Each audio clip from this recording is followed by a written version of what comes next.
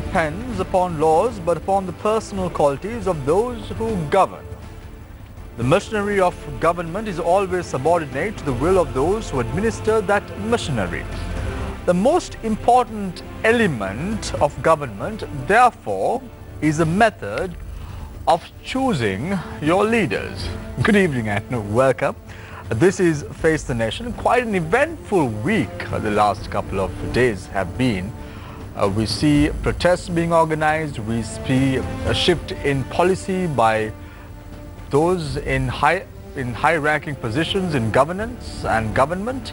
So if all this is taking place right now, where do we stand as a nation? What can the people expect in the next few days, the next few months, the next few years? Where are we heading as a nation? To discuss all this and more, we've invited 4 guests to our studios this evening as well. Let me quickly introduce them to you. Joining us this evening on the show is Maitri Gunaratna, General Secretary of the National Freedom Front, also an attorney at law. Nice to have you on board, Maitri. Also joining us this evening on the show is Dr. Pakisol Sararamuthu, Founder, Executive Director of the Center for Policy Alternatives. Nice to have you on board as well, Dr. Sararamuthu. All joining us tonight on the show is Tamara Kurunayagam, former permanent representative of Sri Lanka to the United Nations. Joining us this evening on the show is also Dr. Jehan Pereira, Executive Director of the National Peace Council of Sri Lanka. Nice to have 4 of you on our show tonight. So let's start off tonight's show with Dr. Pakisol Sararamuthu, Founder, Executive Director, Center for Policy Alternatives. Dr. Sara, where are we standing right now as a nation? In 2015, your organization, many civil rights organizations, were asking or demanding for good governance, was demanding for democracy. Where do we stand now? These events that have unfolded during the last 2 weeks or so, and where are we standing now as a nation? Well, at the present moment, I think that we are standing very precariously close to going back to the future, as it were.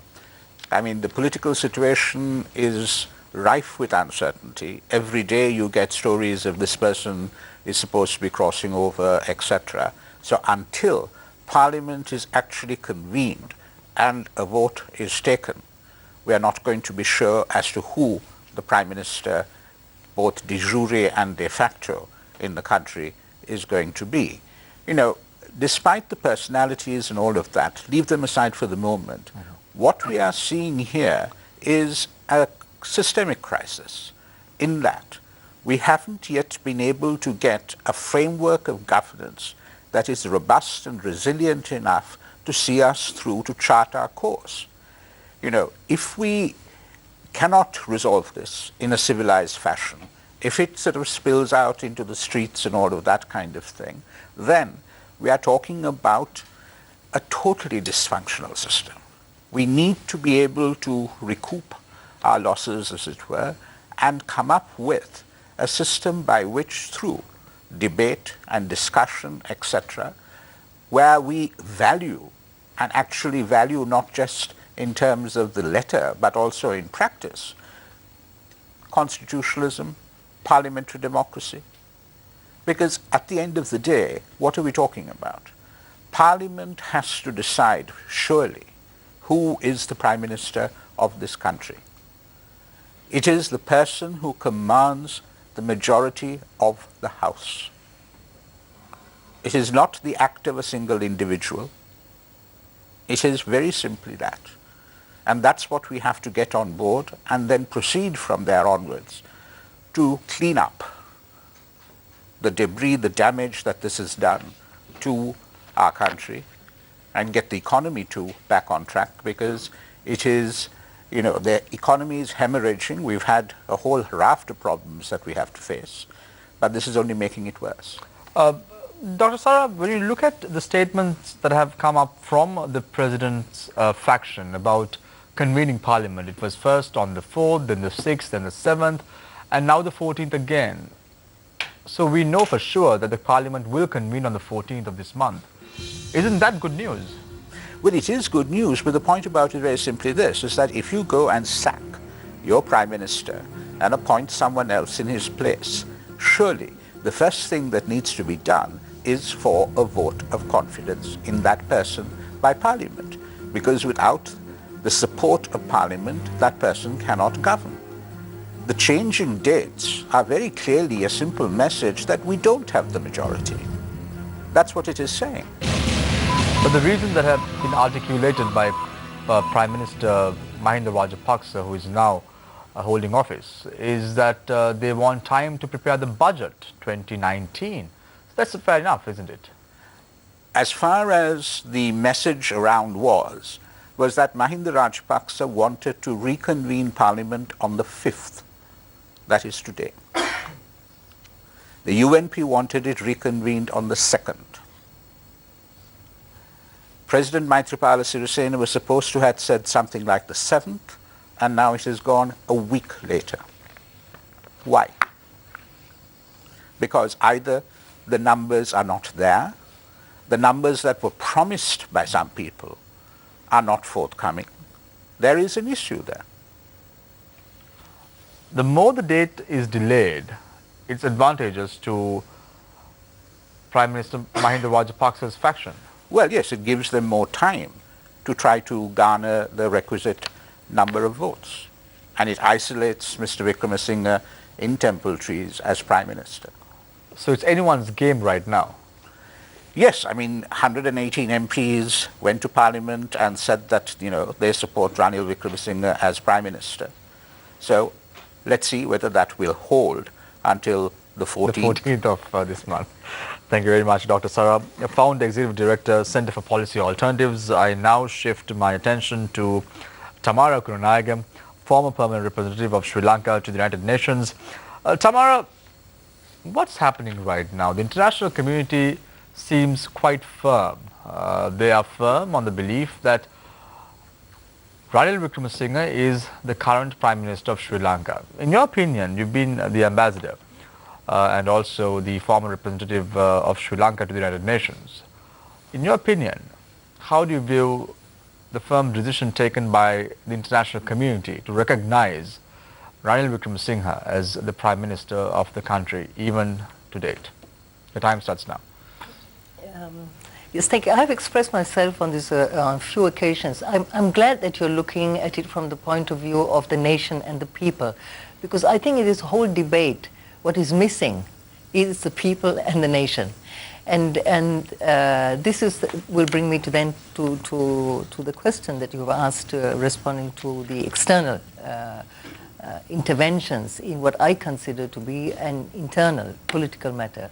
And not just political, because we are, as Dr. Patsy has said, it is a systemic crisis. Now, all those, I will first address this question of what I mean by people being absent in this whole debate. There's a lot of talk about the coup, it being an anti-democratic coup, that it is unconstitutional.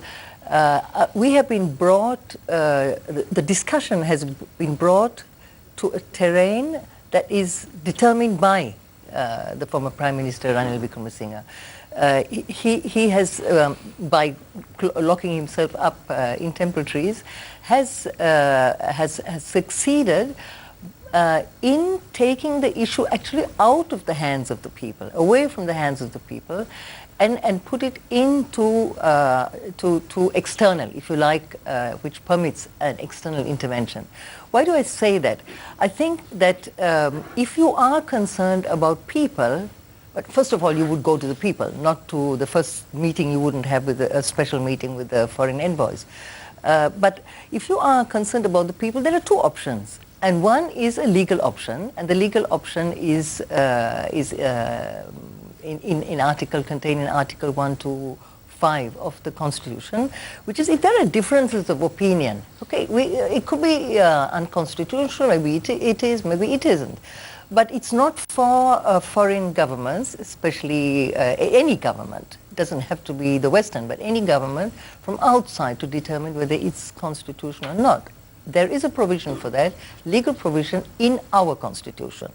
It is our Constitution and not their Constitution. So I want it to be very clear that I mean by that Constitution of an independent republic.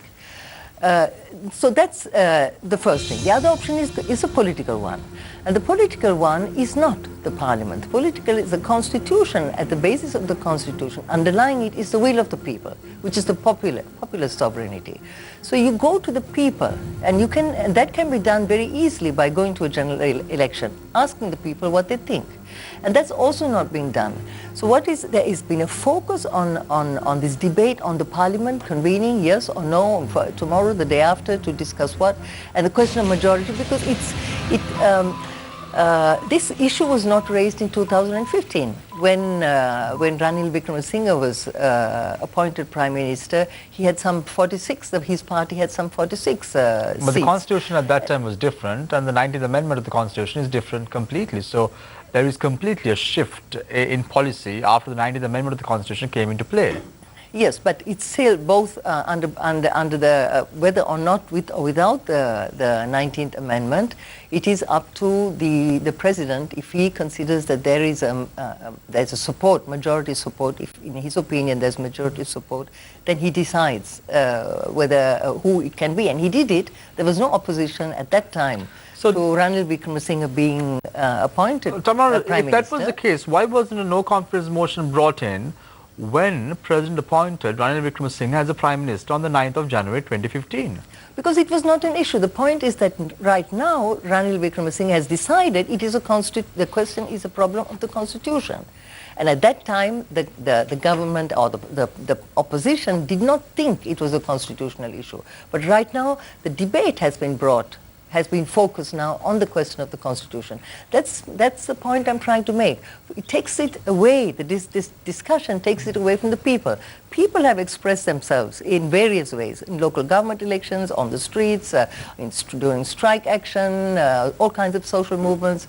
They have expressed themselves. So why is Mr. Ranil Wickremesinghe not going to the people or going to the Supreme Court? So these are two options. And by internationalizing the issue, he takes it even further beyond the reach of the people to an outside, to foreign capitals. The question is, you speak about a local government election that happened on the 10th of February.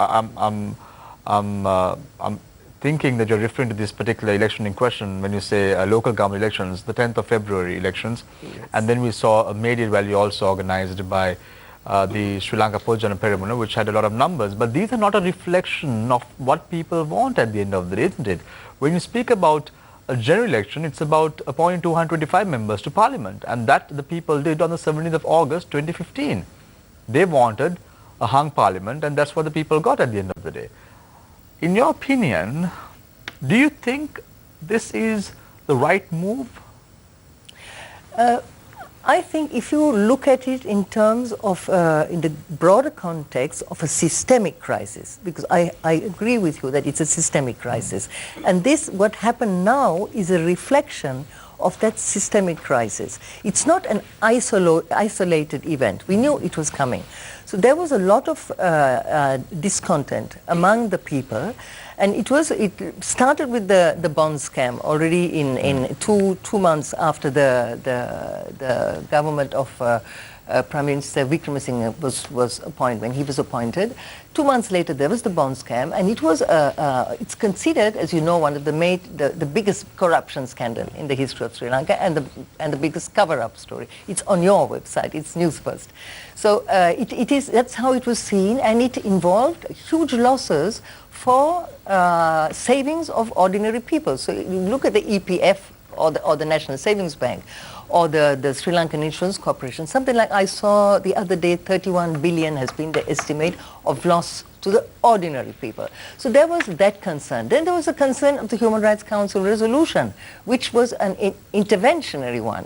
It was aimed at allowing external intervention into an internal affair of the state.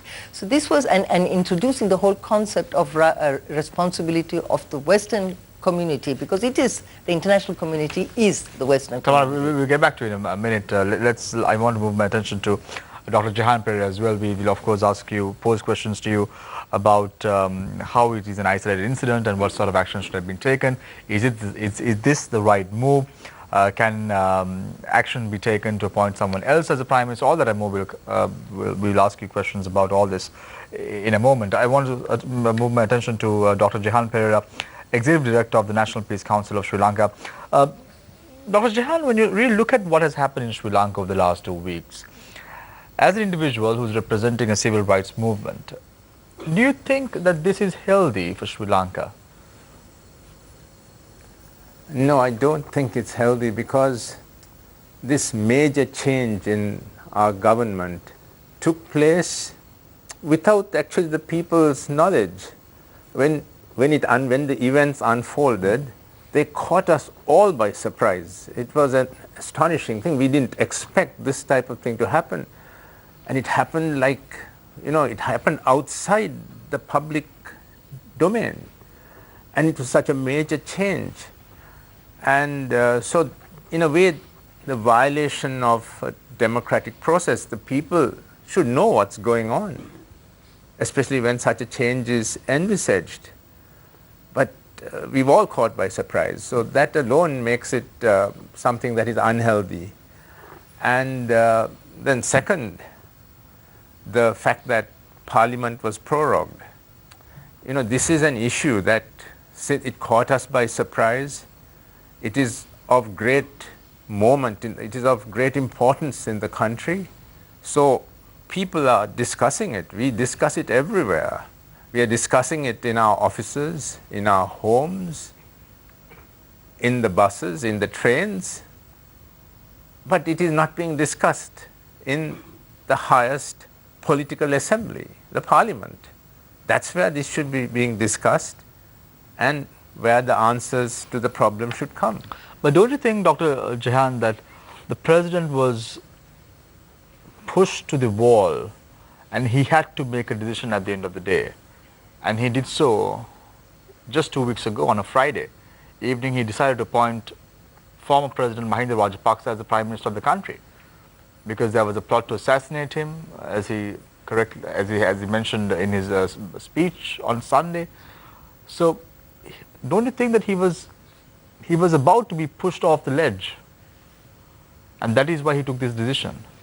I mean, maybe the President subjectively felt that he was being pushed to the wall, but I mean, he is the Commander-in-Chief of the armed forces. If he needed protection, it was at his discretion to ask for that protection. And I mean, I don't see how he felt that he was being pushed to the wall to do such a thing. He could have he could have discussed it in the government with the people that he's going to do such a thing, but he didn't. It was all done very secretly. And then also his choice of the person to replace the present Prime Minister, that he should appoint Mr. Rajapaksa, who was his bitter rival and whom he sort of attributed many things relating to the topic of his concern for his life. He expressed those thoughts in 2015 after he won the election. So again, his choice of replacement of the Prime Minister, but most of all is the fact that he shut down Parliament. That is what is that cannot be accepted. It is a violation. Which surprised you more? Is it appointing Mahinda Rajapaksa as the Prime Minister or proroguing Parliament? What was the most surprising moment of the two? It was appointing Mr. Rajapaksa, because I mean, President Sirisena expressed such concerns about his safety at that time, and that he should now take over, invite the former president to become his Prime Minister. So let's say that was very surprising. Let's say Parliament did convene. Who do you think would command the confidence of majority of the parliamentarians right now? I think it is quite clear that it would be the Prime Minister Ranil Wickremesinghe, and that is why every day the dates. Dr. Jehan, a very quick question before I move to Maitri. If I asked you, who would you recognize as the Prime Minister of Sri Lanka?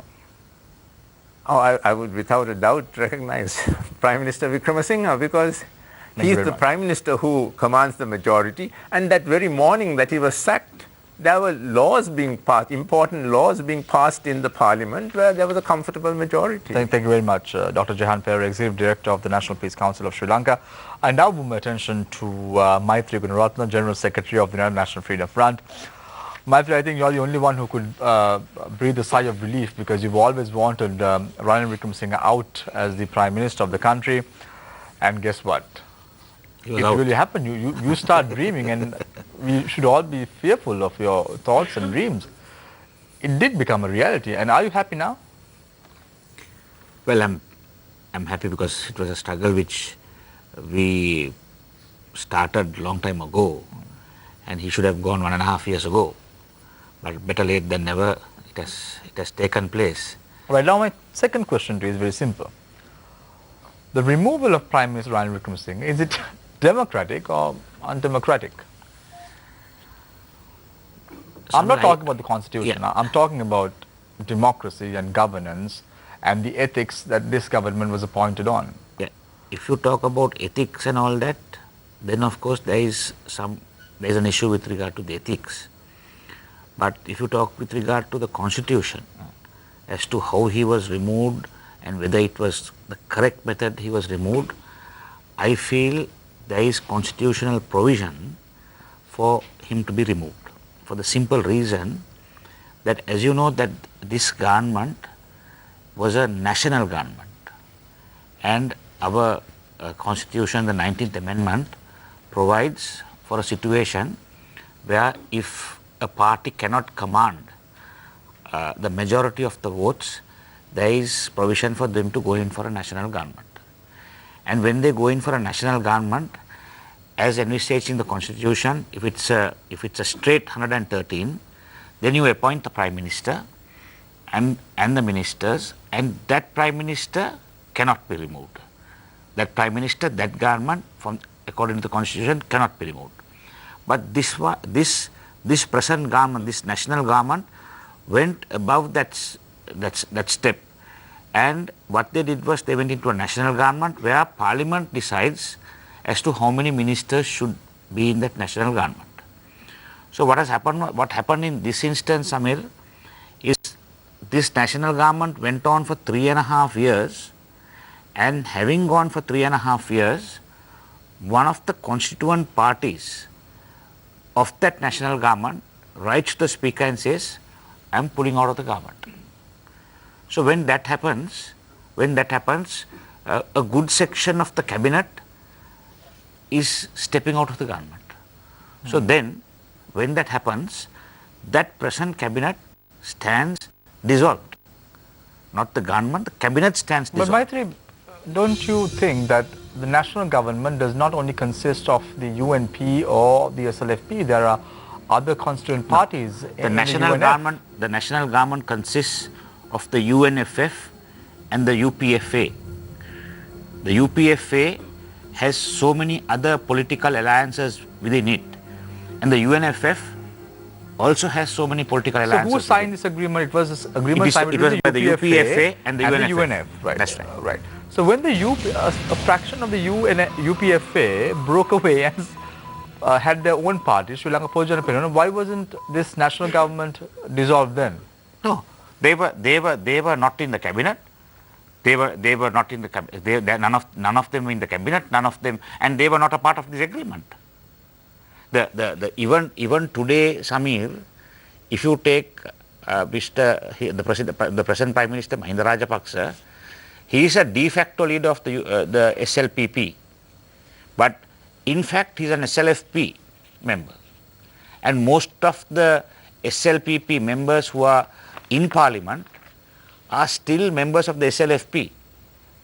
But when they were flirting with the SLPP, that is the port tour, which is well known by the name port tour, the SLFP did not take any steps to remove them from the party, from Parliament. So as a result of that, they still kept on this alliance going, and today all of them have got together. Maitri, hasn't this move by President Sirisena, he probably would have thought that this would further paralyze the position that Ranil Wickremesinghe has within his party supporters. Do you in any way believe that this has somewhat strengthened the position of Ranil Wickremesinghe as the leader of the UNP because of the turn Oh of yes, events? oh yes. That is one thing President Sirisena has done, where now all the UNP parliamentarians and the party supporters who wanted Wickremesinghe out for maybe the last so many years, they have all now rallied around Wickremesinghe, and what is going to happen is he's going to remain for another till his 2030 dream. Very quickly, Maitri, before I leave you and open the floor for questions from our journalists, where do we stand right now as a nation? Are you worried about the future? Are you worried about the next few days? Are you worried about the next few Samir, years? from the time the bond scam occurred, I was worried. It makes not much of a difference right now. But the only thing is, if Mr. Mahinda Rajapaksa has learnt a lesson from his defeat in 2015, he is not going to make the same. I hope he does not make the same mistakes he did then. If he does, that is going to be a serious issue. I can see in some instances where his son, who is in Parliament, going to the FCID in his sports attire and all that. I don't think those are good things. Those must be stopped. And if he allows it to happen, and if they are going to call the shots, then he is going to go back on the same track, and it's going to be dangerous. Very quickly, I want to drag your attention to a statement that was made by President Sirisena today at the Parliament roundabout rally. He said that he spoke to Karu Jayasuriya, he spoke to Sajid Premadasa to take over the premiership, and none of them agreed. So now you start wondering who has been conspiring to remove who and from when? No, the allegation, Samir, is that President Sirisena has come by the vote of the UNP supporter, bulk of the UNP supporter, and that he has stabbed the UNP in the back. So if he has offered it to Mr. Karu Jayasuriya, if he has offered it to Mr. Sajid Premadasa, if he has offered it to all the hierarchy of the UNP, and if they have not had the backbone to accept it, then what does he do? He has to look for the next alternative. And the other thing is this, both are bad. He has to choose out of the bad lot. Thank you very much, Maitri Gunaratne, General Secretary of the United National Freedom Front. He's also an attorney at law. I open the floor for questions from our journalists. On to my immediate left is Nadeem Majid, on to my far left is Deshan. So let's start off with Nadeem. Thank you, Maitri. I'll start with you because a lot of people have put forward this argument that the cabinet stood dissolved when the UPFA left the government. If the cabinet stood dissolved and Mr. Wickremesinghe's position was then vacant, then why did the president have to write a letter to Mr. Wickremesinghe informing him that he was being fired from a position which, according to the president's constitutional position, he no longer, that was vacant, that he no longer had. And also, I'll add to that, because on this argument of the constitution, President Maithripala Sirisena thought that it was a very important question that he went and asked the Supreme Court whether or not his term was 5 or 6 years. He didn't see fit to ask the Supreme Court the very simple question, can I or can I not remove the Prime Minister? And if these claims of an assassination plot and if he was being pushed against the wall and all of this was true, I mean, as the president, as the head of state and head of government and commander-in-chief, was he so powerless that he was unable to have himself protected? Or if in fact, as the person who has been divulging these claims of the assassination plot has said that Mr. Wickremesinghe was behind the plot, have the Prime Minister arrested? Why did he have to plunge the country into constitutional chaos? Nadeem, what your first question, there are many questions which you have asked me.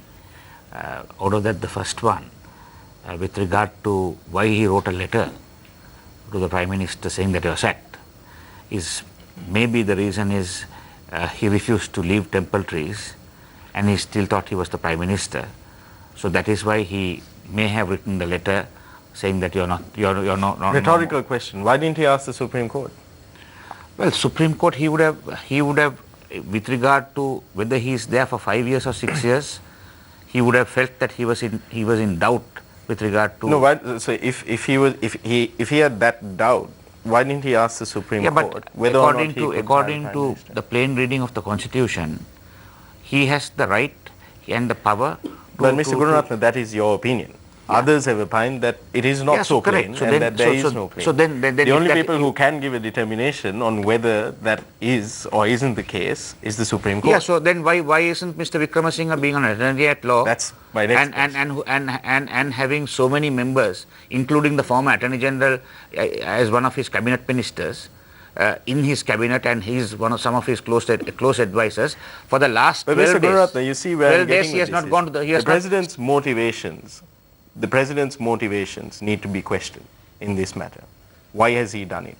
For what reason?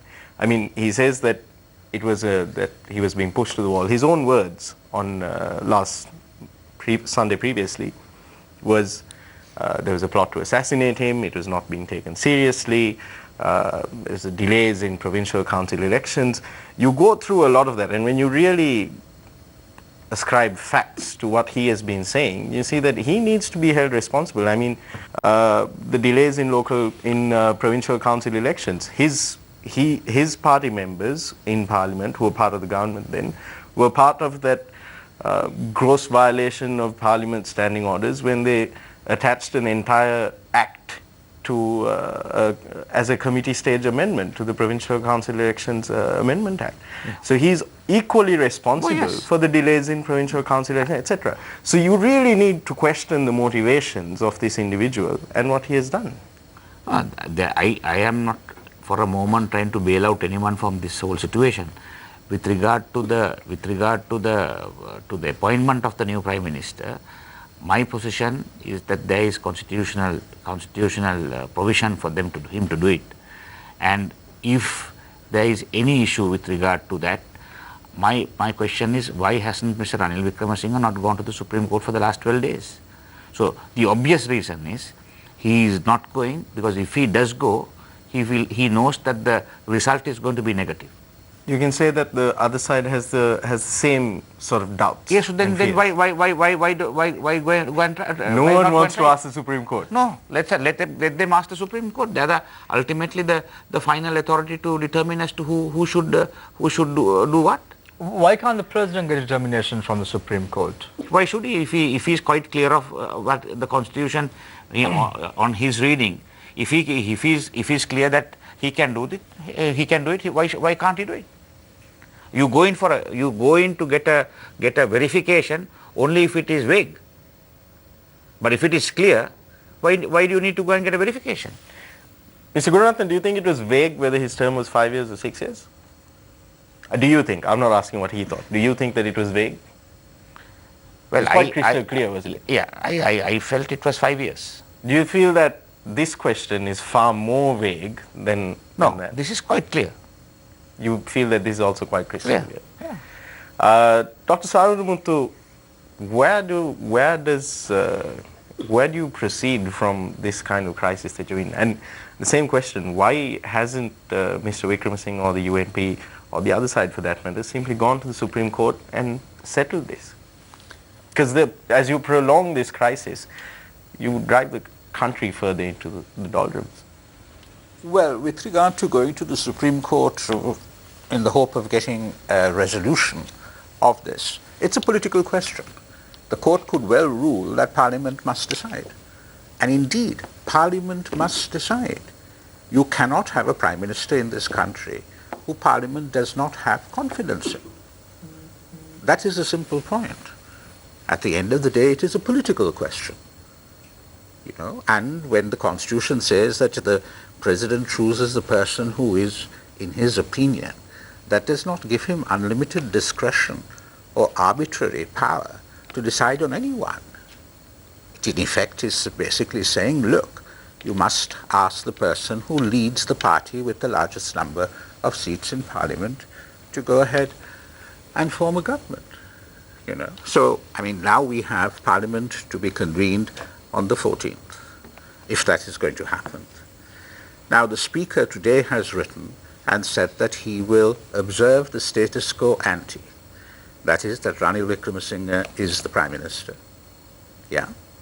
And therefore, it's now incumbent, I would have thought, on the opposition, the Mahinda Rajapaksa supporters, to bring a vote of no confidence in the Prime Minister and win it. Ambassador Karunayagam, today we heard from Speaker Karajaya in a fairly strongly worded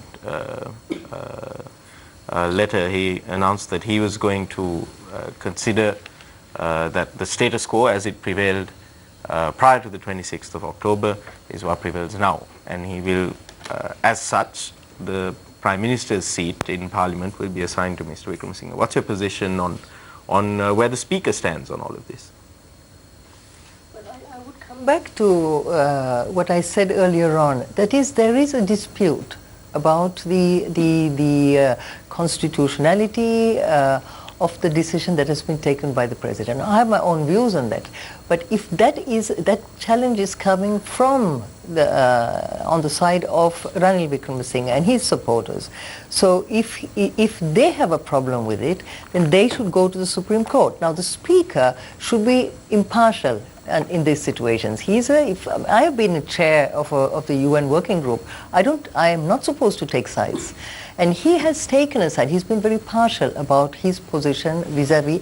In fact, he was the one, I think, who first spoke about a bloodbath. He has been saying you can't prorogue Parliament. You have to convene Parliament. Is it partisan to say convene Parliament? No, he can't decide on the President's power when to prorogue and when not to prorogue, when to call and when not to call. That is the right of the President. That is given by the Constitution. But the President, Mr. Gunaratne, as I pointed out earlier, you really need to No. question the motivations of the President on this matter. Prorogation of Parliament is by convention done in consultation with the Speaker. no. And Maybe as a- convention, but the Constitution says that it's a But the prerogative of the President. Constitution is all of And those Mr. things. Gunaratne, as I think we've established that the motivations of the President in this matter are suspect Who has established? in You this have conversation. established. You have established. You don't feel it's suspect. No, I think for That this entire series of events is being- I don't question his motivations. I think there was a particular context. Do you feel and that the it was President? Do you feel that the precipitated- President proroguing Parliament is enabling this sort of horse trading and this abhorrent practice It's not of the first offering time vast sums it's of not money? the first time he has prorogued Parliament. Precisely. Then already this year, in April this year, he prorogued, or June it was. He No, by prorogued proroguing Parliament at this juncture, No, but allowing when Mr. for Premadasa, the accusations President that we're Premadasa, hearing on both sides Yes, of massive sums of money being offered to people to cross over. Nadeem. As the President But- continues But to let me fail say it, one. Can I say he's something? allowing this to continue. Can I say something? Proroguing Parliament, it was actually effectively for 11 days. It was not for 20 odd days, because the Parliament was anyway not supposed to meet during this. It meets under its ordinance. It meets every second week, starting the Tuesday of the first weekend, 2 weekends. In the case of the budget, the appropriation bill, they have 26 days, also under the Parliament ordinance. Now, it was, and so the Parliament was not supposed to meet anyway that first week. Effectively, it was prorogued by 11 days, and that was the time, is what they said, needed to do the budget. Now, it's totally different. The budget of a neoliberal government is very different from a budget of a populist government. Yes, Dr. Sara. But surely the whole question here is the issue of who is the Prime Minister of this country. And that is an overarching issue. Whether Parliament was not to meet for 1 month or 2 months or 2 days, Parliament ultimately is the body that has to decide. But don't And you think Ambassador, about- don't you think that before you prepare the budget, you need to figure out the question of who the Prime Minister is? Well, the Prime Minister is Mahinda Rajapaksa. I'm sorry. I don't know if Ranil Wickremesinghe has doubts about But it. we then he don't know goes to the whether Supreme Court. we don't know Then he whether goes to the Prime Minister Supreme Court. Rajapaksa commands support in Parliament. No, that's a matter when there is a bill. If the budget is presented to Parliament, let them come and vote against the budget and defeat the budget. Then anyway, the matter is over. And the other thing is, now there is. But Maitri, the problem is They let's can't come say- to Parliament No. because Parliament is prorogued. No, Parliament will be. Let's say it's Mahinda Rajapaksa, the Prime Minister, is appointed when the Parliament convenes on the 14th of this month. Let's say he's the Prime. There is no appointment. There is no contest on that day. But let's say the UNP wants to bring in a no confidence motion. They can do that. So then who is going to win it? Yes, that is a matter for them to bring. They have to put it into the order paper. There is a procedure, and then there is a debate, and then there is a vote. That will take at least 2 weeks. So just because Parliament is resummoned on the 14th, that doesn't mean everything is going to come to an Whenever end. there is a national crisis in the country, the usual practice is the Parliament convenes and takes a decision. We've seen this on a number of occasions. And why not in a situation like this? No. When you say national crisis, what do you mean by national crisis? Now, when the bond scam, there was a national crisis. Then with regard to in Kandy, when there was riots, there was a national crisis. Now all that, there was a national crisis. Parliament was on. What happened? What happened? Mr. Munafta, but you can argue that at this particular point in time, there is a sense of no government being, no legitimate government. No, there was no government even before this. There was no government even before this. From 2015, maybe one year, 6 months to 1 year they governed. After that they didn't govern. There was no government. Dr. Pereira, your thoughts? Well, I'm in a way very sad to see what's happened in the country, because I think we were, even though slow, and even though some people may say that there was no government, I think we were making progress.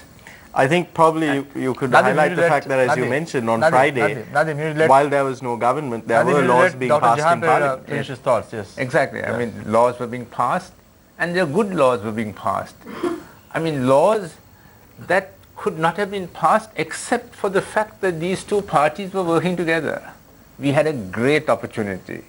And what I'm very sad about is it seems that we may have lost that opportunity of the two big parties working together, especially to deal with the ethnic issue, the most controversial issue that our country has failed to deal with successfully since 1948. In the last 3 years, a lot of progress was made.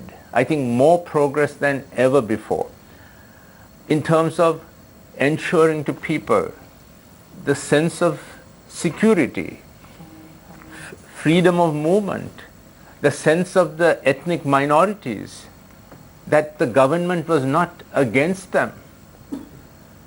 The passage of laws such as the right to information, the Office of Missing Persons, the Office for Reparations, all those were great achievements that the country achieved. And even in economic terms, the very fact that Sri Lanka became voted by Lonely Planet as the #1 tourist destination, all that has been undermined by what has happened. I was in Deniaya 2 days ago.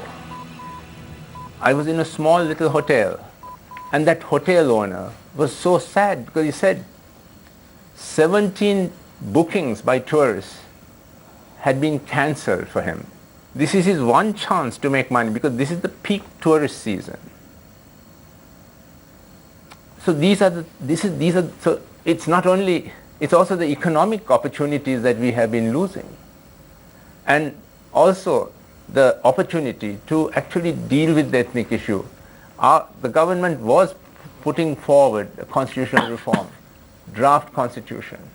Now all that may be jeopardized, and we may never get this chance again. On the other side, you have the sentiments that were being echoed by the president. I mean, true, as far as right to information and other steps were concerned, strides were being made. But this was also a government that wasn't holding elections. How democratic is that? How can you call that a democratic government? A government that refuses to hold that was a failing of this government. I think that I think that they have done the wrong thing. They could have. So in a way, they brought this upon themselves. Well, to say that they brought this upon themselves this is also about the country, and just because two wrongs don't make a right, this makes a bad situation worse.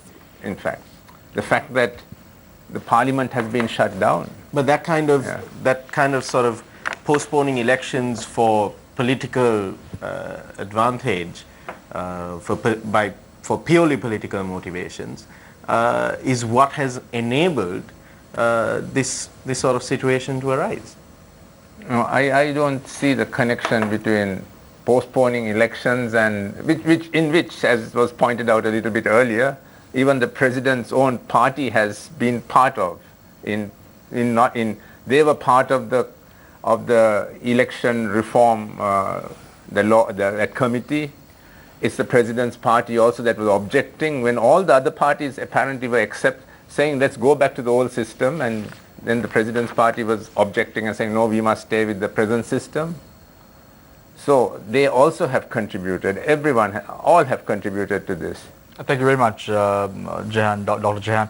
I just want to ask a quick question from Tamara. If the President and the Prime Minister, Mahinda Rajapaksa, have cemented their position, why did they hold a protest march today or a protest rally today at Parliament roundabout? Why? What was the reason behind it? Well, I think you have to ask them that question. It's like a lot of people describe it as when you are in grade 1, I recollect, when you want to be the class monitor, you want to show the people around or in the class, okay, I have a lot of support, and you try to be like a dictator in that context. Now, this is what happens usually in school, but I'm trying to figure out, okay, is that the reason of thinking behind the President and the Prime Minister getting together and holding a rally to show the support that they have from the people?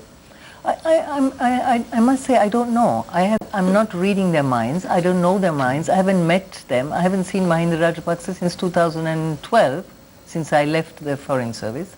So I don't know what his thinking is. But what I know is that there is a lot of, Jehan says there's a lot of progress, economic terms, politically, ethnic issue on all those issues. But I ask the people that question, because if that was the case, then you wouldn't have all the people out on the streets protesting against the increase in the cost of living, in fuel prices, on the free trade, the professionals out there on the street on the free trade agreements, the whole bond scam issue and the money that was lost. Now, this is all a crisis that provoked a situation where people were unhappy. So and even the fact that the other day, that surprised me, that there was this group from Mullaitivu that comes in of disappeared families of disappeared, who come and say that they have confidence in Mahinda Rajapaksa to resolve their problems. If it was and they said that it was not resolved in the past 3 years. Those sort of people were unhappy. Do you agree with that? These are people out there, and we have to listen to them. It seems like we are discussing here in a vacuum. And if people are unhappy about it, and they have expressed themselves in various ways, and especially through the local government elections, they have expressed themselves. So people were unhappy, Dr. Sara. What is your take? People no doubt have been unhappy. The issue here is not whether the people were happy or not. It is the manner in which what was done was done. It's, every time the people are unhappy, that doesn't mean you go off and change a government. And if you go off and change a government, there is a process, a due process by which you go through in order to change a government. The issue here is the sort of, at the stealth of night, as it were, sudden dismissal of the Prime Minister, prorogation of Parliament, and here we are. Tamara, due process was not followed. Do you agree? I don't know. I'm not an expert on this issue.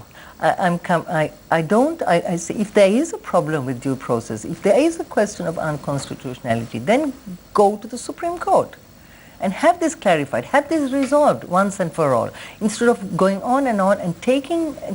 We are.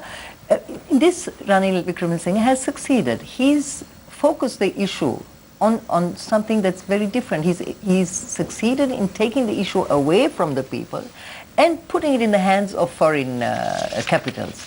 That's what he has succeeded in doing. And we are discussing something that I think can easily be resolved by going to the Supreme Court. And I think, I don't know what the Supreme Court will decide, but I will respect the decision that they take. And in the same thing, if they're going for elections, I would do that too. And even if they go to Parliament, the Parliament decides that they're going to they pass a no confidence motion against the Prime Minister Mahinda Rajapaksa, then I mean we have to accept it too. Definitely. But I'm not going to have this discussion because I'm not an expert on this issue. I'm not going to resolve this issue either. And neither of us here is going to be able to resolve this issue. Thank you very much, gentlemen and the lady, for your thoughts in the first and second round. We're now going for a short commercial break. What are the immediate repercussions of the actions by the President and also the Prime Minister to stay on at Temple Trees? All this and more after short commercial breaks. Stay connected, stay with Face the Nation. We will be right back.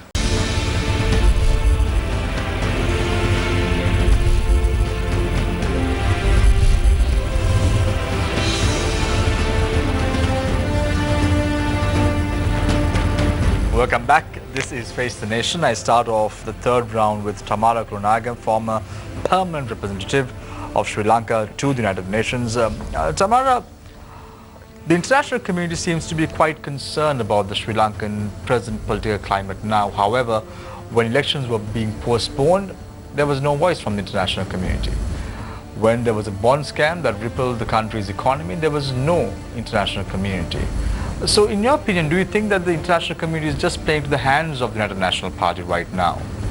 What are your thoughts? We have to, in terms of the Western intervention, when I speak, I want to be precise. It's not the international community, meaning the Africans and Latin Americans and other Asian countries. This is the West. We're talking about Washington and its allies. They have a strategic interest in the region.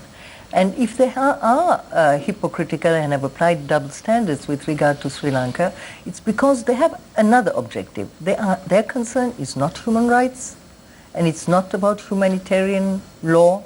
It's about their geopolitical interests in the region. The main enemy of Washington, it's defined in the 2018 defense strategy that was prepared by the Pentagon, is the main rival is China and Russia. Sri Lanka happens to be on the maritime route, on a strategic maritime route, which is in between Europe, West and East. So it's an important country for them in terms of their interests, strategic interests, geopolitical interest in Asia. We are, the government of Ranil Wickremesinghe was an important ally to them. He was a reliable ally, although not a stable ally, because of the context in the country, the systemic crisis in the country. So it is important for them to keep them there in power, because the option is, what is the option? The option is Mahinda Rajapaksa, that they identify as a pro-China man. But the problem is not that he's pro-Chinese. The problem is that he's a nationalist. And he would not, or he has not accepted the same conditions that was imposed on the country, which were easily accepted by Ranil Wickremesinghe in Geneva, in the co-sponsoring a resolution that was fundamentally anti-national, and agreeing to an alliance, a strategic alliance with the Americans in their rivalry with China, including to the point of joining with the Pacific Command, and even involved in exercises in case of a war with China, to rescue the American Marines who might fall into the sea.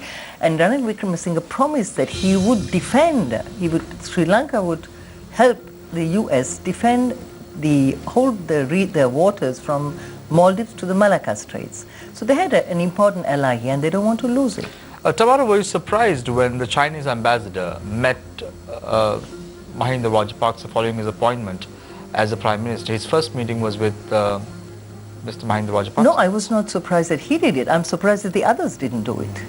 Because the logical thing to do was to go and see the person who is being just appointed Prime Minister, and he also went and saw Ranil Wickremesinghe. And what the West did, that surprised me. They went into Temple Trees to meet with a Prime Minister that had just been deposed. And that is an intervention in an internal affair of the country. It's up to the country to determine who is the Prime Minister or not. They knew that there was a dispute, there was a conflict about who was the real Prime Minister. Then they should have stayed out of it. And they didn't stay out of it. And I want, very recently in June, in Germany, there was this issue when the American ambassador in Germany intervened and supported the extreme right party in Germany.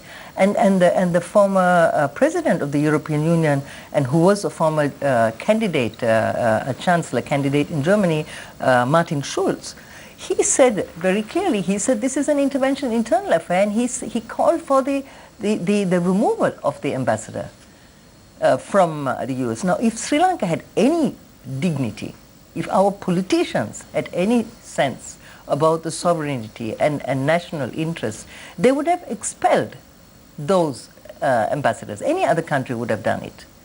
If any other country that had a sense of its dignity, sovereignty, and we didn't do it. And that's also because Ranil Wickremesinghe, by being holed inside temperatures, has brought the terrain. He's brought the others onto his terrain and put everybody else on the defensive, which is wrong.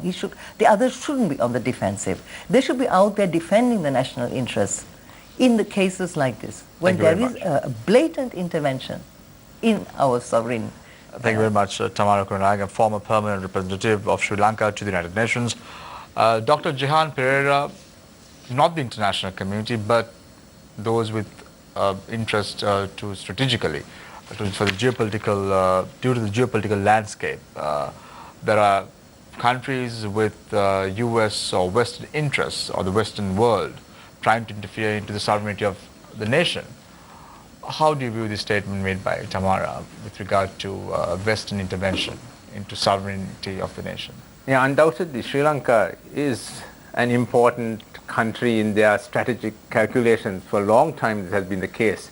I mean, in the 80s, India intervened in Sri Lanka partly for the reason that the then government, they feared that the then government might bring in the American fleet into Trincomalee. So Sri Lanka has that advantage and also that disadvantage that the big powers are very interested in our country, so that they'll give us more aid, but they'll also try to intervene. But I think it's not only strategic considerations that are determining their interest in our country.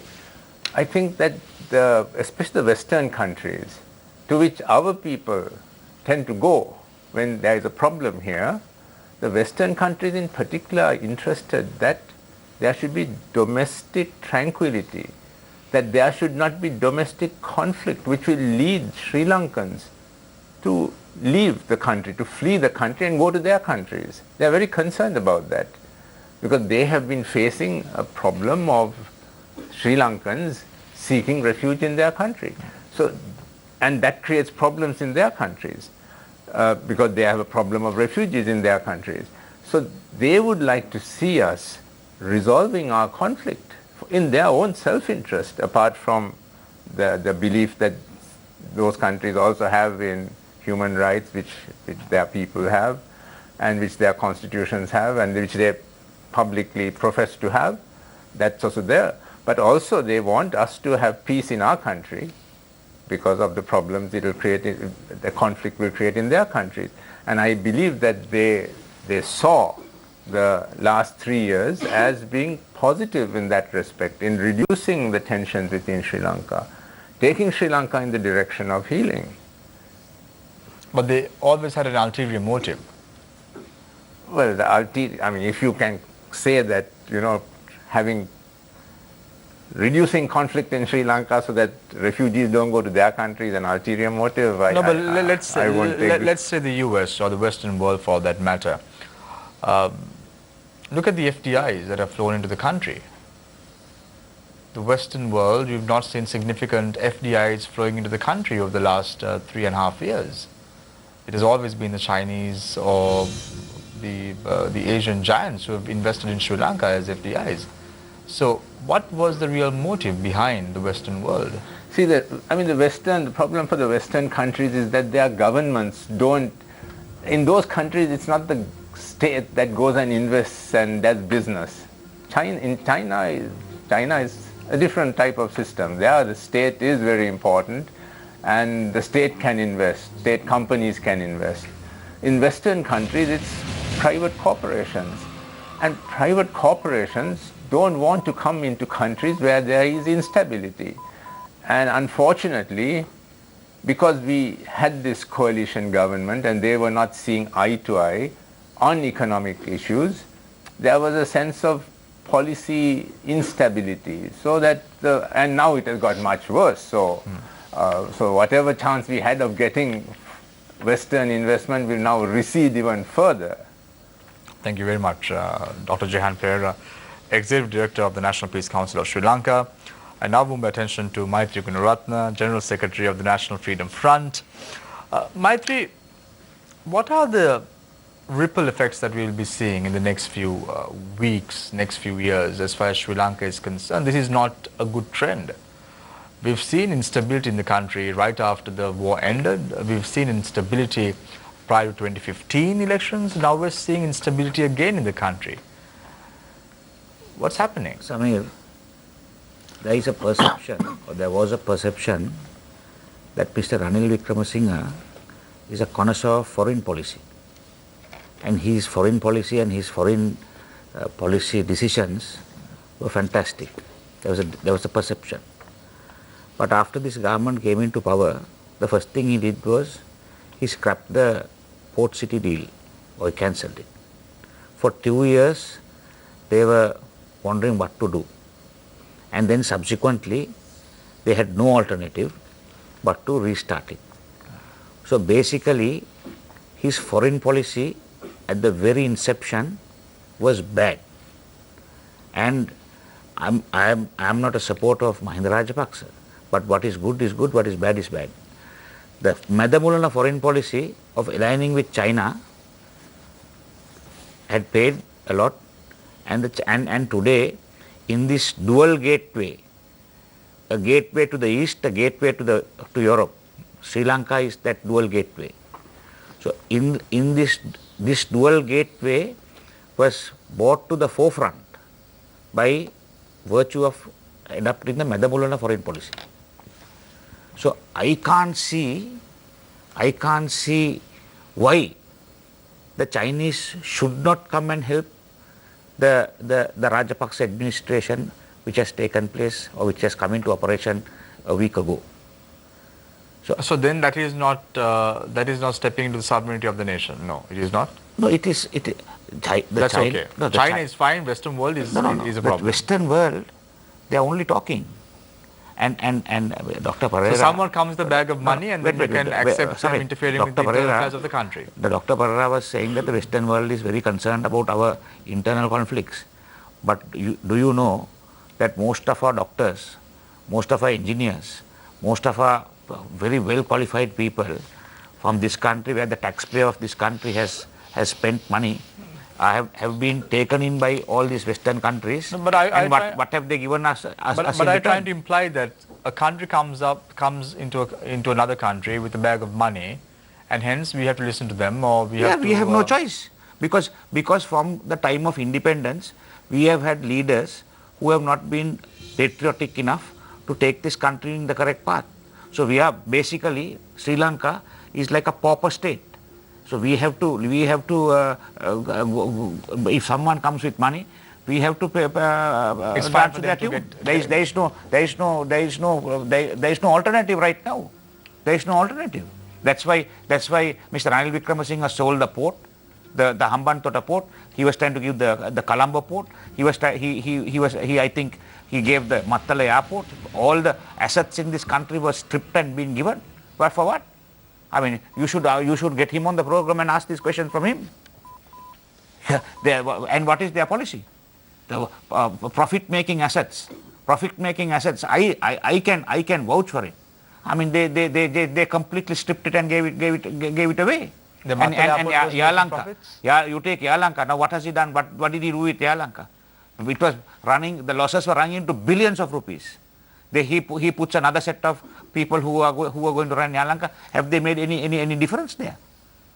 His economic policies have been all bunkum. And his foreign policy also has been all bunkum. But one thing is this. One thing is this. Having criticized Mr. Ranil Wickremesinghe because of the Rajapaksa administration. No. One thing is this. People will think that I am too much of a critic of Mr. Ranil Wickremesinghe. But his 2000 to 2004 administration was far more efficient than what he has done. No, but the question is not that. The question is, you spoke about Sri Lankan Airlines. Yeah. Don't you agree that Sri Lankan Airlines is in this state because of the Rajapaksas? Yeah, precisely, but then the Yahapalana government came to rectify all that. But They you made the can't- matter worse. But you can't make Rome within a couple of years. It We have takes 3.5 years. Is it more than enough to turn around a company? How that long was did you making take to billions? turn around A.F. Jones? Answer that question. Anyway, Come on, answer the question. You didn't take more than 1 year, did you? If you have taken 5 years, you are not efficient. I know it that you took within 1 year, you turned it around. So you can't give Maitri, excuses. let's talk about the Matula airport. Let's talk about the Hambantota port, which are loss-making entities already. And what was the option left?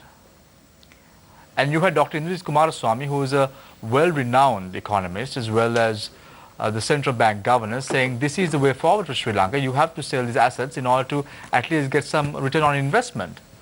And that's exactly what this government did at that time. And then you're saying they sold state assets. No, the point is this. Did they follow a proper process?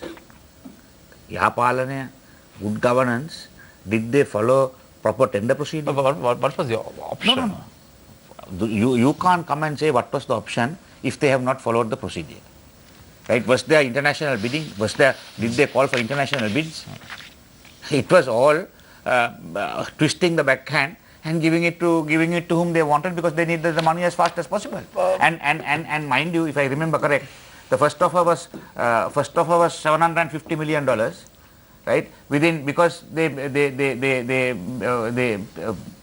made some. They said that they're not going to give it to her. They made some request. It went up to $1 billion. Thank you very much. Thank you very much, Maitri Gunaratna. I now move my attention to Dr. Saravana Muthu, Founder Executive Director of the Centre for Policy Alternatives.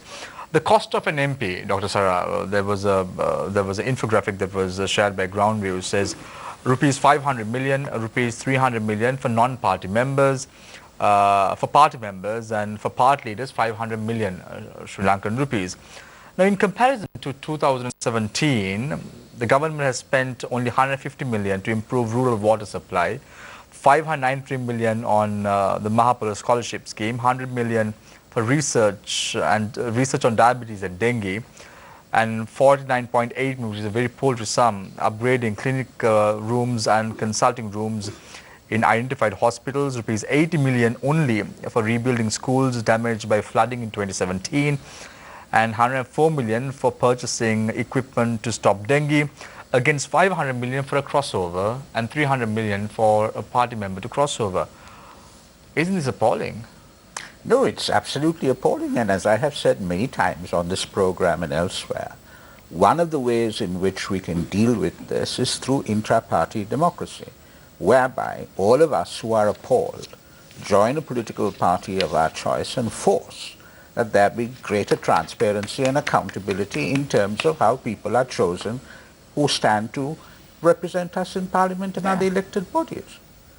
That's great. That's great. Yep, fantastic. Because, we are expecting people whose hands are quite filthy to clean up a mess. And I don't think that's necessarily going to happen. Their hands are going to get filthier. It's never going to happen. It's never going to happen. There is that problem. That's right. As well. But if I may, I just want to say, as far as the visits of members of the diplomatic corps to Ranil Wickremesinghe, or the Chinese ambassador did visit both Mr. Mahinda Rajapaksa and Mr. Ranil Wickremesinghe, and he visited Mr. Ranil Wickremesinghe in Temple Trees. So perhaps he should be deported too. I don't know. And let's face it, when we come to talking about sovereignty and all of these questions, every single country has interests, strategic interests, and they would be totally inefficient in their foreign policy if they were to ignore those interests.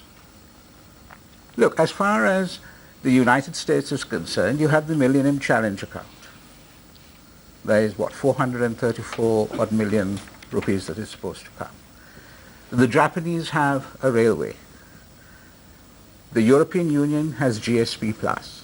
So there are certain stakes. True, it's not the private FDI, foreign direct investment, that Jehan was talking about, but nevertheless, there are governmental funds that are supposed to come to Sri Lanka and are in play. So we can't ignore that. It's not some sort of, some sort of wanting to gobble up Sri Lanka or keep Sri Lanka, forever under our toe, under their toe or whatever. And also, let's face it, after the regime change in 2015, perhaps Western governments and indeed the Indian governments thought that they were going to get a very favored status. They didn't. Who, at the end of the day, benefited? The Chinese. If you take each country and look at what happened in terms of foreign policy, it's not the Americans and the West that have benefited as such. The Chinese, they're all here. They're all here to stay and to play. Let us not forget that. And the people are being deceived, and even the politicians are being deceived because of the vested interest by the Chinese or even the Western world, Dr. Sarra? No, I don't think they're being deceived at all. We know what their interests are. We know what those stakes are. We need to sort it out locally in terms of what we expect from our politicians. If we can't turn around and say to the Rajapaksas, look, you all got us initially into this mess, this government got us even more into this mess, or whatever the argument is, and deal with it in terms of the electoral mechanism that we have in the country, then what are we as a people? But Dr. Sarra, very quickly, before I open the floor for questions from our journalists again, what's going to happen now? You speak about China, we speak about the Western world. At the end of the day, the people of Sri Lanka have to face the brunt of all this and more. When Prime Minister Mahinda Rajapaksa took office as the Minister of Finance, he reduced the price of petrol. He removed the tax which was imposed on fixed deposits. He's making some strides forward and says that he's listening to the pulse of the people. Now, is this the sentiment that the people want at the end of the day? The economy of this country cannot be run according to the basic positions of the people in this country. There is a culture of entitlement here. And if you keep succumbing to that culture of entitlement, this country will be bankrupt. And we are heading in that direction. We are heading in the direction of a Greece. Next year, we have to pay some $4 billion in debt repayments. Now, where is that money going to come from if you have budgets of this nature?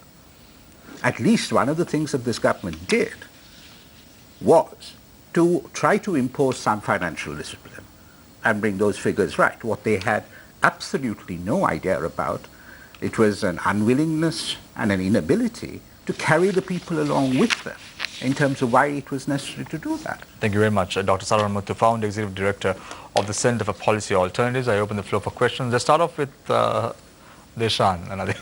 Thank you, Shamir. I want to pose my first question to the Ambassador. There was significant talk about the international community's interests in Sri Lanka. Do you think that if we had our house in order, that we wouldn't have to take the brunt of their vested interests? Do you think that us being disorderly is contributing to our situation as well? Yes, of course. I mean, they will take advantage of any divisions that are in the country among our own people, and they would also probably help to divide us even further. But I think what is important is, in order to be independent politically, and this is recognized internationally, is that you need to be independent economically. And we have, in our economic policies, we've always promoted reforms and various measures have been promoted in order, which has made us even more dependent on the West. And I would like to insist on this, because it's as though China is running the country. No, it's only 10% our debt is Chinese. We have been, since the 70s, we have followed an export-oriented, foreign-dependent development policy, a model that has been imposed from outside. We opened up the economy, and we have been under IMF, World Bank conditionality for a long time. And the same people who criticize today China don't speak that we are still under IMF, World Bank conditionality, and that we have become even more vulnerable. Our economy has become more vulnerable to external factors. So if we want to be pursue an independent foreign policy and be politically independent, we have to also ensure that we are economically independent, and it is possible to do that. You have an international law, the right of peoples of self-determination, fundamental principle on which sovereignty is based. A basic constituent of that right is permanent sovereignty over the peoples, all the natural resources, all the economic activities, and all the wealth of the country. Now, what we are doing is the opposite. We are Ambassador, selling but all our national assets. You're speaking about being sovereign, and you're speaking about not being too dependent. But this culture of dependency, especially on certain nations, was very, very significant even during the last regime. Yes, that's what I'm saying, that we have to, whoever is in power has to pursue a policy that also gives us the possibility to be politically independent. And the only way you can be politically independent is if you are economically independent. And this is very important. As long as we are dependent on external factors, we will not be able to function in any independent way, and they will intervene. And then we will say, oh, they're going to impose sanctions on us. And then we are surprised that they can do that. Dr. Saranmuthu, I want to ask you this question now. To have this kind of sovereignty and to have this kind of independence, we need to have a national framework. But from the time of independence, we've seen that the national interests are often sacrificed for short-term political gain. We've seen it during the time of Sirimao Bandaranaike, J.R. Jayawardena, and even now.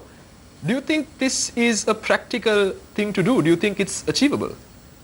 Well, no, I mean, I think we are terrible, hopeless planners. We cannot plan anything. We sort of look for inspired guesswork or whatever it is and respond to situations as they come. But that is what we need. We need a policy framework which we adhere to, sure, when circumstances change.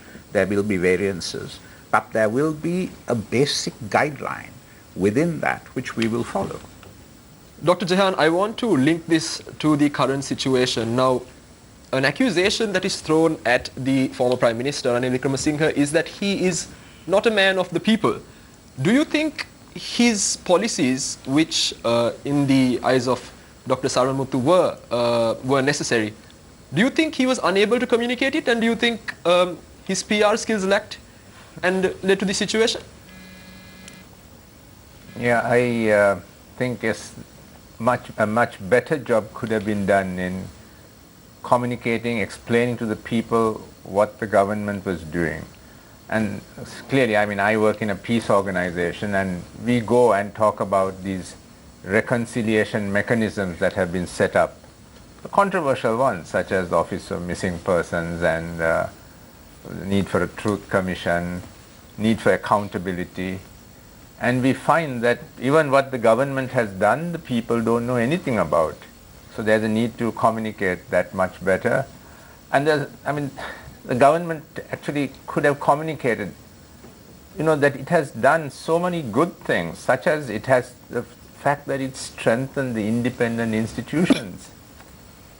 More than, maybe not enough, but it's taking us in the direction of a law-governed society. That's the direction our country must take if we are to become a developed country, a democratic and developed country. We must go in the direction of a state that is ruled by law rather than by men. I mean, my great fear is that if Mr. Rajapaksa takes over, because of his very powerful, charismatic personality and his thinking, that we will go back to a state that is ruled by men, where the laws are subordinate to the rule of man. So now that type of thing was not very well explained to the people. Even we were discussing earlier about our dependence on foreign loans and all. See, taking a loan is not a bad thing if the loan is used for in an effective way, in an efficient way. But the thing is, Dr. Jehan, you have to understand that Mr. Wickremesinghe is a politician, and part of the job description of becoming a politician is to make policies, but to also get people on your side. And at the moment, it looks like it's contributed to the falling apart of this coalition. No, I agree.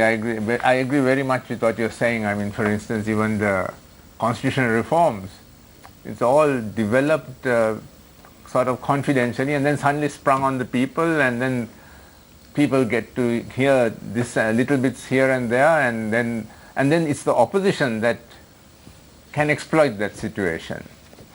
Now, even a very good thing, which we think is a good thing, such as the Office for Reparations. Okay, we didn't know anything about we knew hardly anything about the legislation prior to it suddenly coming out. And then the opposition was able to exploit that situation to say that the Office of Reparations is to compensate the LTT. It's not at all meant to compensate just the LTT for victims of human rights violations. That's what it is for. It's a very good thing. But the opposition was able to exploit that. That's because of the communication failure of the government. Maitri, there's a question to you by Srinath Fernando, freelance journalist. The question is, UAE company bought a US port of Wellington for 50-year concession. Australia port of Darwin was given to China on a 99-year lease. Australia is a rich country already, so why was this lease made? If that's the case, why there was no protest in these countries if China brought over these properties? Selling is a wrong word and a misnomer. He says, what is your opinion about all this? You know, we've seen this happening across the world, not only in Sri Lanka. No, all we are complaining about our complaint is that why didn't they follow the due process? They could have followed the due process. Yahapalanaya government, we all fought to bring this government into power. They promised that they are going to have, there is a commission with regard to for tenders and things like that. Having bought this, why didn't they follow this process? I just want to drag your attention to a few months back. You know, there was a discussion about the money that was spent on the port stood at a staggering $1.4 billion to construct the port in Hambantota. However, the bid that was made by the Chinese stood at $800 million only. So if this was the case, where was that 600? Because they built the port. The Rajapaksa administration said the cost to build the port was 1.4 billion. However, the Chinese bid for this particular port stood at only $800 million. Yeah, but they paid one billion plus 1.1 billion later on. That was after discussion. Yeah, that is because initially the bid was at $800 million. Right. So when there is no proper procedure, and when they are hell bent on giving it to one person, right? This is what happens. Don't you think this was corruption at that time? No, corruption in both times. Not only that time, only even this time. Previous government there was corruption, and even this government there is corruption. And the other thing is, Samir, this Hambantota port, I mean, Hambantota, they had the feasibility was for a deep water port, right? But what the Rajapaksa administration did, just because they wanted a port, they dug up the saltons there and made a port there. And that caused a lot of problems with rocks emerging and ships not being able to come into the port. But the initial feasibility recommendation was for a deep water port in Hambantota. Tamara, I want to just drag your attention to the office bearers that have been appointed. You know, let's take Nimalka Fernando for an example, who have been appointed to the OMP. Have been very strong critiques of the Rajapaksa administration. Let's look at the Constitutional Council. Let's look at the Human Rights Commission of Sri Lanka. All these individuals who have been appointed to these commissions have been very strong critiques of the Rajapaksa administration. The question is very simple. What's going to happen to the fate of these independent individuals who have been appointed now to these commissions?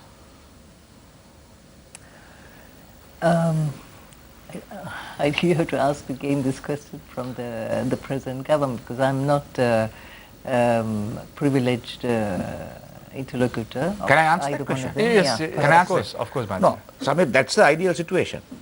If there are people who are against or who is not willing to or not subscribing to the views and ways of the Rajapaksas, then you can be rest assured that the decisions they are going to take will have to be decisions which are beneficial to the people of this country. So let's take an example, yeah. the Rupavahini Corporation incident that took place, the Sri Lanka Lake House, the ANCL issue that took place. You had individuals of the present government going to these networks and trying to establish their stand or remove the editorial staff. This was very clear. You saw Darisha Bastians of the Sunday Observer tweeting this as well, saying that some hooligans came into the ANCL and then removed her from the position and want her to be biased towards the government. No, the there were the hooligans. No, but the question is very simple. The question is, this has happened in the past and this has happened now. Are we revisiting the past again? Yes, there will be instances there where you will revisit the past. Now the point is this, Samir. Now, when this change took place, how this was instigated was there was a group of people led by Dr. Rajita Senaratna who tried to go into the Rupavahini Corporation. And what did they try to do? They tried to go and get hold of the command center there and start barking orders from the command center. Then the staff there reacted. The staff reacted, and thanks to the STF protection these people have got, these politicians have got for taking the law to their own hands, they were very carefully escorted out and taken away without getting a thrashing. Right? So who instigated it? Now you take the incident of where Mr. Anuruddha Ranatunga, where he went to his ministry on a Sunday, and with security personnel who were not some personal security personnel, whilst there was STF protection for him. Who instigated that, and what happened there? So, I mean, they also have to act with some kind of responsibility. Maitri, let's look at what happened across the world the last couple of weeks. The killing of Jamal Khashoggi, who's a U.S. citizen, but also who's a Saudi Arabian national as well. We saw his brutal killing or the death coming to light, but these are incidents that happened in Sri Lanka before, way before 2009. 2009, we saw the death or the killing of journalist Lasantha Wickrematunge. Yeah. Pragit Teknalikoda, we still don't know what happened to this man in question. Our station was attacked many times as well. Yeah. And the individuals are still at large. Are we sliding back to that era? Now you say it's okay to slide back, these things will happen, but this is the fear the people have in their minds. They don't want to revisit the past. The point is, Samir, now who started that?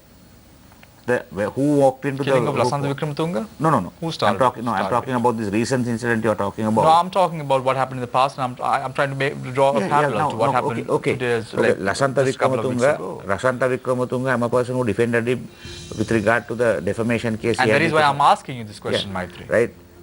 Now, his issue. Now, this government, having come into power, caused the investigation. Still, there is no finality to that investigation.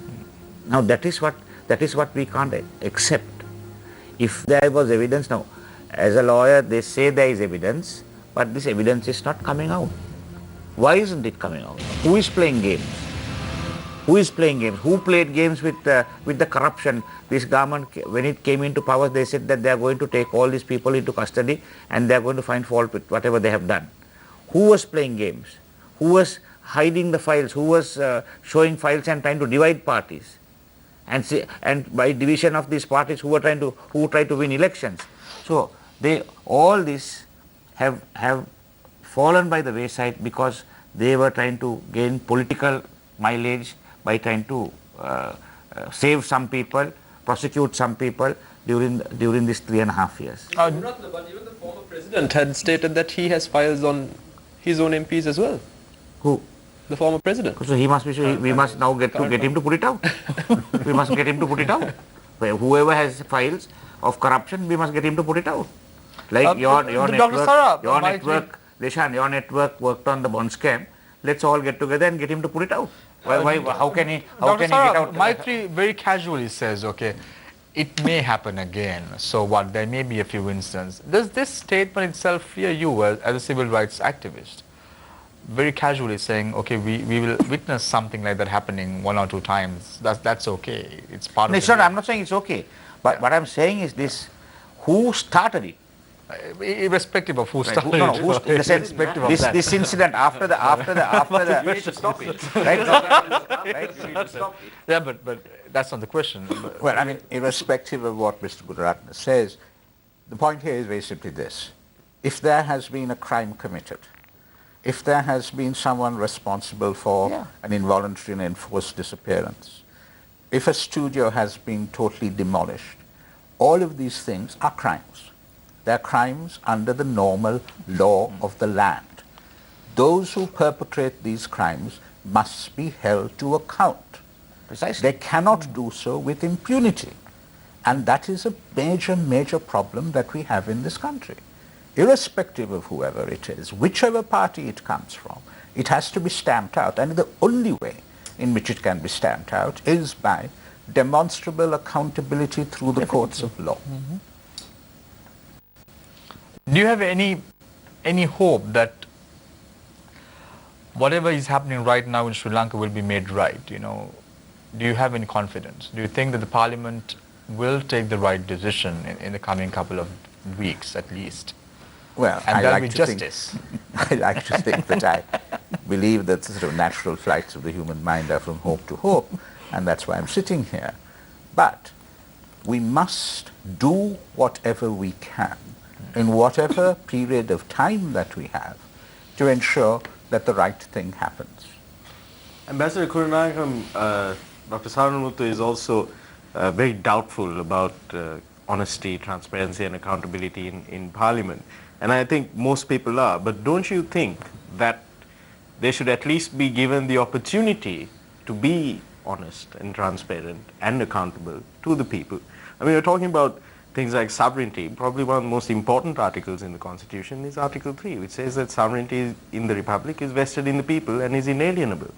So this continued deadlock of having Parliament closed, do you think that the President should put an end to it and summon Parliament at least now and at least give parliamentarians the opportunity to be transparent and accountable?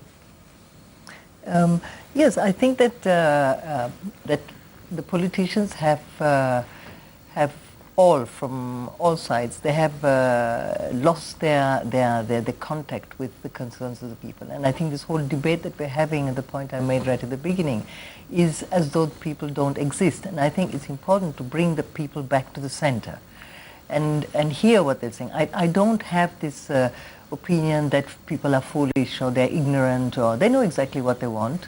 Most of them are watching and observing, and they say, "Okomekai, it's true. This is their position." I hear them say it, but they hope that there is change, that they will be heard, and they will be listened to, and that their concerns will be responded to. So I think I hope that the politicians will realize that there are people out there, and they're supposed to represent them. And they that is what they're expected to do. That's what the democratic system is about. But don't And you I think that they are people- unable to do so right now because Parliament is prorogued? Well, the Parliament is going to meet soon. I mean, it's just in a few days' time.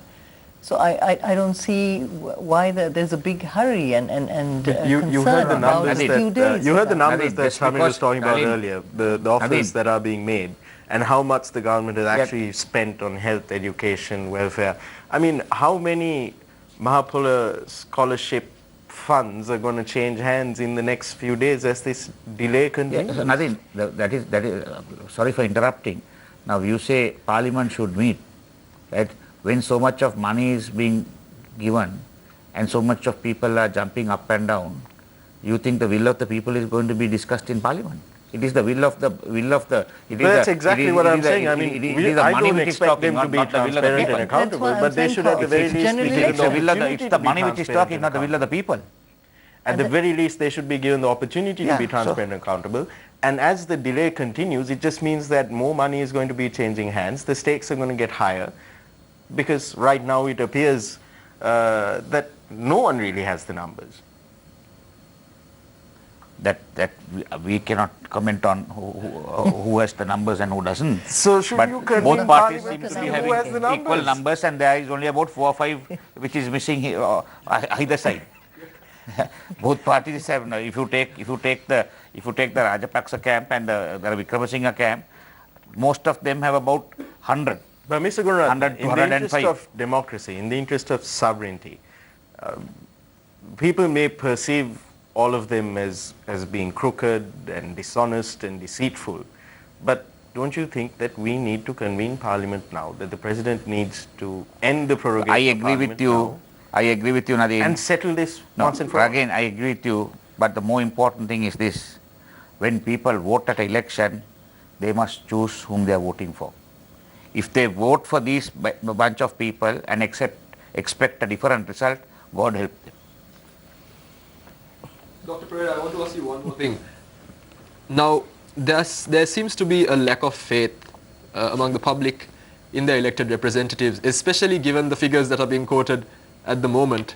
And with Parliament being prorogued and the current political crisis, is there going to be a lack of faith in the political process in Sri Lanka?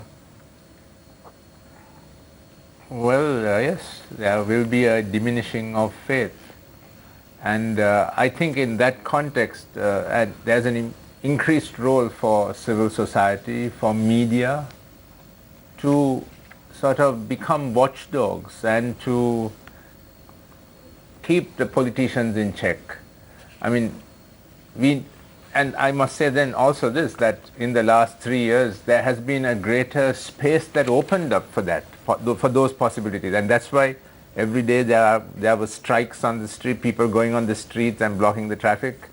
And also the civil society did have the opportunity to be more alert and to be more critical. I sometimes think that we did not do enough. We should have been more critical, but I suppose because we were so happy sometimes that things were better than they had been in the past, then we also were... Were the protests because the people were happy or because they were not happy? No, I mean No, civil society. The civil society had got complacent with Yeah. being Civil society could have done more. I think we could have done more. We could have been more critical of the politicians. They but- were so happy they had a holiday. yeah. Right, gentlemen, Something and the like lady, we need to go for a short commercial break. When we come back, it's the final round. Stay connected, stay with Face the Nation. We will be right back.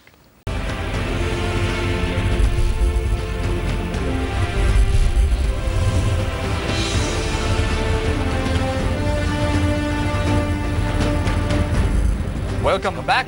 This is Face the Nation. We start off the final round with Dr. Jehan Pereira, Executive Director of the National Peace Council of Sri Lanka. Dr. Jehan, you spoke about how free your job was, how independent your role was over the last few years. Do you in any way fear the next few years under such leadership, especially your role as a civil rights activist? Do you think that role is going to be curtailed or will have obstacles in the future? The time starts now. Yes, that is a real fear, because even during this during the recent weeks, during the recent disputes, we have had politicians belonging to the Rajapaksa camp saying that they will restrict the freedom that civil society has, that NGOs have, because according to them we are going and sort of giving wrong messages to the people, wrong messages to the international community. So therefore they would like to sever the links that are there between us and, say, the internationals. And our experience during the Rajapaksa period were quite negative, because we were always described as being traitors and getting involved in anti-national activities. There was control over the work that we did. We had to get prior approval sometimes to go and do educational programs. Then of course there was the general sense of fear that of impunity of the white vans. So all that is those are deterrent factors, and of course I'm hopeful that that those politicians who once were in power, if they come back to power, that they will have learnt also that that type of conduct does not necessarily bring good results, because they lost the last election. So I'm hopeful that they have learned those lessons and will behave differently in the future, but that they have not so far expressed much remorse for what they did also in the past. They had no visible signs of repentance so that is a little bit scary. If you could turn back time prior to 2015, what would your actions be? Would you still appoint President Sirisena as the president of Sri Lanka? Maybe the problem is also with that position, maybe we have to reconsider the executive presidency, because maybe it is an institution that makes even good people go bad. At that time, President Sirisena seemed to be a person who wanted to be democratic, wanted to serve the people. I mean, I'm sure he still thinks that he is serving the people, but his conduct in the last few weeks has been very autocratic. It has not been transparent, and I mean, maybe he's under a lot of pressure also at this time. I mean, his speech today at today's rally was not one that I would think was befitting a leader of the country. He should not, but maybe he's under a lot of pressure. Thank you very much, Dr. Jahan Pere, Executive Director of the National Peace Council of Sri Lanka. And now move attention to Tamara Kurunayagam, former permanent representative of Sri Lanka to the United Nations. Samara, what is the message you have? I know it's not your place to give a message out to the international community, but you certainly can speak with your experience. How do you think the international community should act now, given Sri Lanka's current status quo? First of all, there is international law, there's a UN Charter that upon which international relations should be based. And there are certain principles that have to be respected, and that's sovereign equality of states and the right of peoples to self-determination, which involves the non-interference in the internal affairs of other states. Especially if they are concerned about democratic rights, then people within the country should be allowed to resolve their internal problems and not have political decisions imposed from abroad. So this is the first thing, that they respect the right of our people. We don't have all the solutions. They don't have solutions either for their own internal problems. If you look at what's going on in a lot of the Western countries, there's also lack of credibility for their own political systems. You see people more and more looking for alternatives to political parties. So this is not something that is alien it's not something exceptional for Sri Lankans. So we have to resolve our problem. I don't say that we don't have problems. We have problems and we have to resolve it ourselves. So this is what I would say. Tell them to respect our right to our sovereign right of the people to resolve their own problems. And I think that Sri Lankans, people themselves, should take more responsibility for their own lives. It's important that the politicians here actually listen to what people want, and they represent the interests of the people and not the interests only of a particular class of people or foreign interests in the country. Thank you very much, Tamara Kurunayagam, former permanent representative of Sri Lanka to the United Nations. I now move my attention to Dr. Pakis Saramuthu, founder executive director of the Center for Policy Alternatives. Dr. Saramuthu, Speaker saying that the status quo would remain as it was prior to former President Mahinda Rajapaksa being appointed as the Prime Minister. Given all this and looking at the numbers now, it seems if the TNA does support the United National Party, they would have the confidence of a majority in the parliament because it stands at 96 plus 15 members of the TNA. The numbers sums up to 13, sums up to approximately 109. Then you have the SLFP or the UPFA having only 105 seats in parliament at present, and then you have 6 members who've already told that they are going to act neutral in parliament. So given the current status quo in parliament, what can we predict? What's going to happen next? Well, the Speaker has written and said that he will observe the status quo ante before the 26th of October. So that means that as far as he's concerned, Ranil Wickremesinghe would be the Prime Minister on the 20th, or when Parliament reconvenes. So those who believe that they are in effect the legitimate government of the country then need to prove it. So I would imagine that the Rajapaksa contingency in Parliament would then come up with the motion of no confidence against Ranil Wickremesinghe as Prime Minister. And I don't know exactly how long it will take. I presume you go to a party leaders meeting. That's right. There is a process. Yeah, There's a process. So the UNP would not have to do anything if they are recognized as the legitimate government of the country. What happens if the Speaker changes tables again and says he is willing to give Prime Minister Mahinda Rajapaksa the Prime Minister's seat in Parliament? You never know what's going to happen. So he has already done that. He has already done that. Well, He has already given the seat, he has already given the office. Yeah, and but now today, there was a new letter today which states... so he doesn't know whether he's coming or going.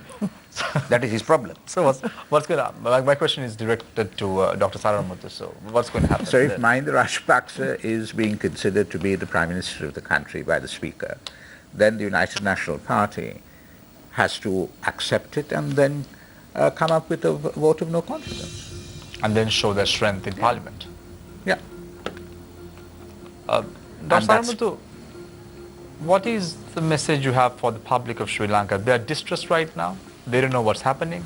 I think the public of Sri Lanka should use whatever means they have to ensure that Parliament is reconvened and this problem, let's say, if no one wants to call it a crisis, that this problem, that this coup is settled in Parliament by a vote of no confidence. Thank you very much, Dr. Pakesar Saranamuthu, Founder, Executive Director for the Center for Policy Alternatives. I now move my attention to Maitri Gunaratna, the General Secretary of the United National Freedom Front, also a lawyer. Maitri, this is also a learning curve for the United National Party. They will never learn. Being an ex-UNPer, how do you view this turn of events right now? Because we heard the former General Secretary of the UNP, Sathanayake, saying this was inevitable. Someone had to go, and President Maithripala Sirisena took the right move. I'm not alone. So you're not alone, but what lessons can the UNPers learn from all this? UNP is not a bad party, but Ranil Wickremesinghe is not going to learn any lesson. If he can get out of this situation, he will always go back to his original self. That is not going to change. But what I have to say is, Samir, the people, the voters are responsible, and they have voted these people, and they are now seeing the brunt of what is happening. They are experiencing the brunt of what is happening. So it only goes to show that their vote, the people they have voted, are the most unreliable and unsuitable people they have voted for. So now it is time, as Dr. Saranamuthu says, people like Dr. Saranamuthu, Dr. Jehan Pereira, without being watchdogs, they must try to be hot dogs. Otherwise, this system is not going to change. I really don't know in which context you said that. Right. No, because Samir, enough is enough, right? We have let it go and let these people decide our lives. So if we don't come, if right-thinking people with passion for this country, the passion to develop this country, passion to do good things for this country, don't come forward for politics, there is no one who can help this country. So it is time that good people offer themselves, come into whatever political party. I'm not saying blue, green, whatever. Come into whatever political party. It is difficult, but the system of electing representatives also must change. You must go to the first past the post and the mixed system. At least then, Mr. Saranamuthu, if he's coming from one place in Jaffna, he can go back to Jaffna and he can contest. Mr. Parra, if he's coming from, we'll say Kandy, he can go back to Kandy. Senkadagala, he can go and contest that electorate and he can win and he can make a change. Otherwise, there is going to be nothing is going to change. Everything is going to be like this, and every day we will be having this program and talking about the same thing every time. Thank you very much, Maitri Gunarathan, the General Secretary of the United National Freedom Front. The last time you were on the show and you invited someone to contest under your party, I'm going to canvass. Mr. Visipathan, he contested from the I don't know. Freedom Party. Mrs. Kunanagam is available to contest, but I'm Thank you very much, because I don't want you. It seems like you're having your own campaign here. Yeah, definitely.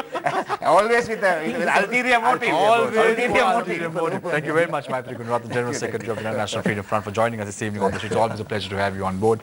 Thank you very much, Dr. Pakis Saranamuthu, Founder Executive Director of the Center for Policy Alternatives. So, would you consider contesting? Well, yes, why not? Yeah. Well, why not? Thank you very much, Dr. Saranamuthu. It's always a pleasure to listen to you as well. And Tamara Kurunagam, former permanent representative of Sri Lanka to the United Nations, very passionate about the cause that you are fighting for. Let's hope the country will move in the right direction in the next few weeks. Thank you very much for joining us, Tamara. Thank you very much, Dr. Jehan Pereira, Executive Director for the National Peace Council of Sri Lanka, for joining us this evening. I fervently hope that you all will be able to do your task and the role that you all have been doing for this country over the last few years, and you all will be able to continue with your work. Thank you very much, Deshan. Thank you very much, Nadine, for joining us this evening on the show. I leave you tonight with a quote, as I always do. It feels good to be lost in the right direction. Are we lost? If so, are we in the right direction? Some food for thought. Take care and good night.